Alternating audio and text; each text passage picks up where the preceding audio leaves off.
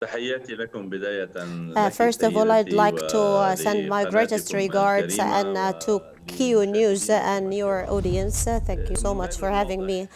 كيف Still ستكون not الأيام clear المقبلة how أو كيف things will ستكون go in the coming days كيف سيكون and التعامل how الإسرائيلي على في Israel will حقبة deal قادم من الأيام in the Middle East in the coming بالتوازي days مع الإدارة with الجديدة advent الأمريكية of the ومع new administration النتائج or the الانتخابية new results الجديدة of the elections, الأمريكية مع the أنه US هناك elections, وقت despite the كبير fact that حتى there is يستلم الرئيس still ويصبح time like قراره 2-3 نافذا months وصلاحياته until the قادر أن president would يستعملها be حتى 20 كانون in الثاني. office until the 20th of January. Okay, so Palestinian leaders have expressed confidence in U.S. support under Trump's administration.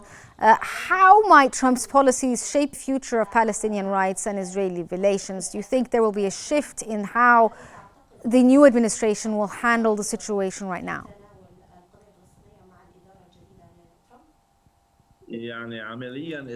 Practically speaking, if we think about Trump's previous term of office, we see that he was supporting Israel all the time as he has transferred the U.S. embassy to Jerusalem, and also he made legislations with regard to the settlement also in Julan, the occupied Julan, and he also made many operations that were called the normalization and the normalization between the Arab countries and Israel with one aim is to cancel the Palestinian issue. I don't know what would be the case today with Trump and the new administration. He is one of the American U.S. presidents who are not untraditional president.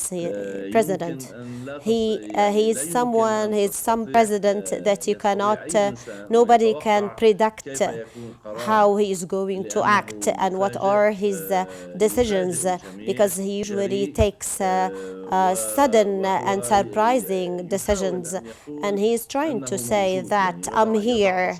He just wants to add his fingerprint. So the deep state is the state that takes everything, that makes the decisions. Of course, they sent the aircraft B-22, and they also supported the Israelis.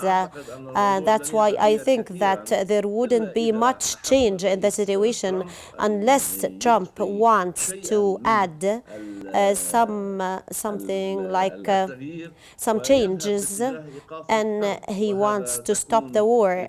And even if he stopped the war, this will not be in favor of the Arabs and Palestinians. I think he will go for the interest and the benefits of Netanyahu and the Israelis. Sir, you talked about the idea that Trump in his decision making is quite unpredictable. But in general, like U.S. administrations, regardless of what line they toe, they still support Israel. And even Hamas has stated that its stance when it comes to the new U.S. administration depends on its approach to the Palestinian rights. Do you think that Trump's policies will have a long-term impact on Hamas's actions and regional stability in general, or that will continue to toe the line of, supporting the Israeli side unequivocally and not attempting to stop, the bloodshed right now in the Middle East?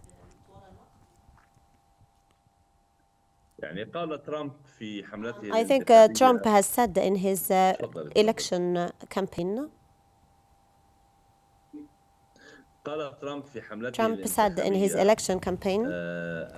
that he thinks that the Israeli state area is small, and that he's going to look for ways to enlarge the area of Israel. So this statement or this sentence, if he's joking, he's talking seriously, then this is a disaster. I think that Trump will continue to support the Israelis, and the deep state will continue to support the Israelis. Will this affect Hamas or not? I think that Netanyahu has been for a long year, 13 months, he had committed genocide on the humanitarian level in Gaza, and nobody could cancel, but he couldn't defeat Hamas. Hamas is a belief. They are It's not just one aspect that he can eradicate or eliminate. This is why I say that whatever Trump is going to do, perhaps he wants to end the war. He will exert efforts to end the war, but for the benefit of the Israelis. He will go to the Arab countries to make the Arab countries to have more conflicts among one another. Which kind of I don't think that the solutions would be through the new administration. I don't think that peace and just peace is that Palestine should be for the Palestinians. And I don't think that this is going to be achieved because Trump and the Republicans, they don't believe in the two-state solutions.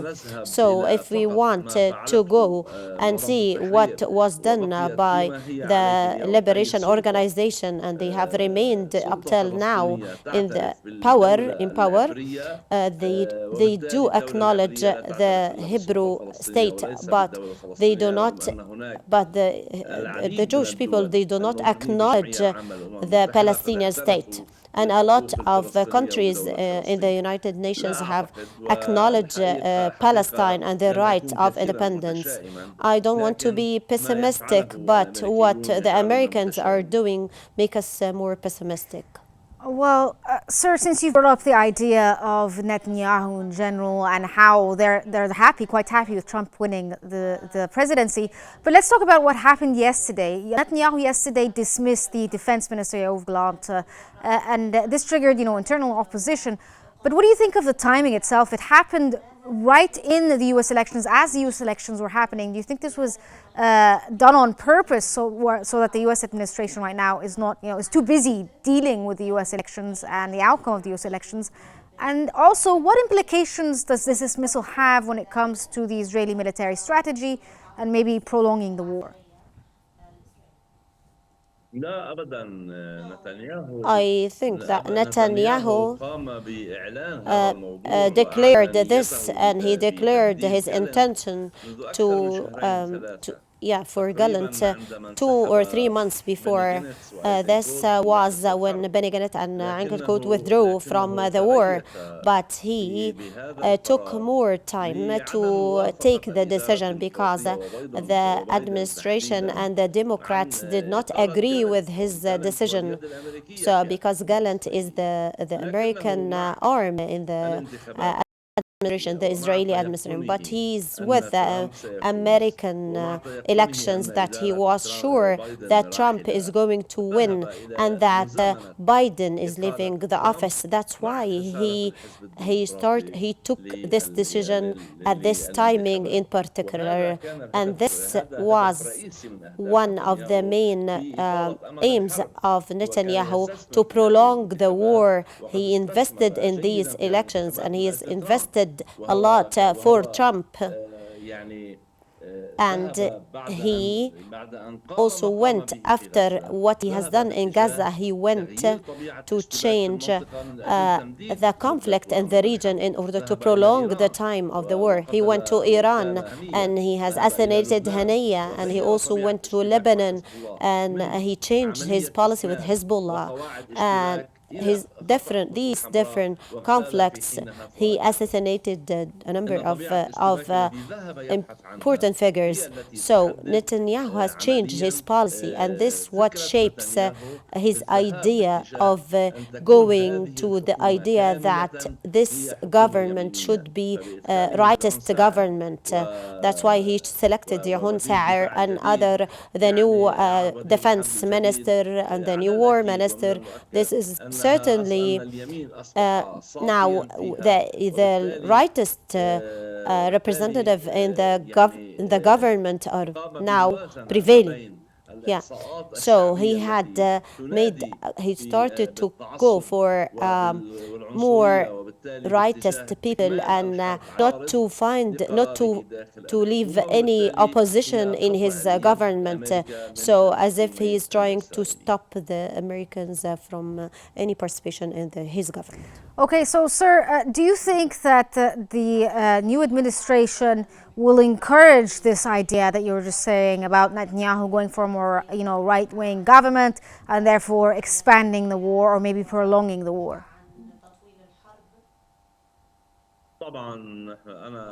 So I think, I expect that the war will be prolonged and Netanyahu currently will, because starting from the election date today of Trump and the winning of Trump, and we have seen today, I think that he's going to expand the war in the region, and especially that Trump will not be a president now until the official coronation in the 20th of January 2025. So during this period of time, this transitional period of time where we are waiting for the new government, I think that he will exploit the situation, but I think that he thinks, as he thought before, that he could achieve military achievements on the ground.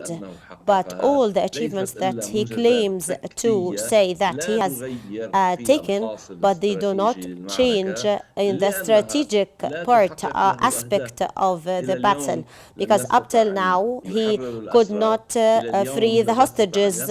He couldn't eradicate Hamas.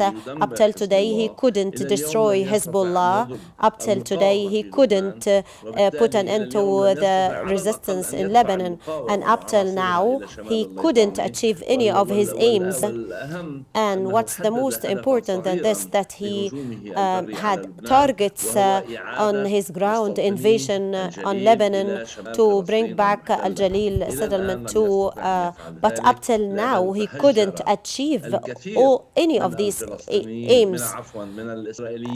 Many Israelis left the settlements till Tabariya, Haifa, and now it is now under fire. There are millions of the settlers. They stay in the refugee camps, and there are more than a lot in the northern part of Palestine. They cannot live in their settlements, and they are on a long distance till Marj Ben Amir in Haifa.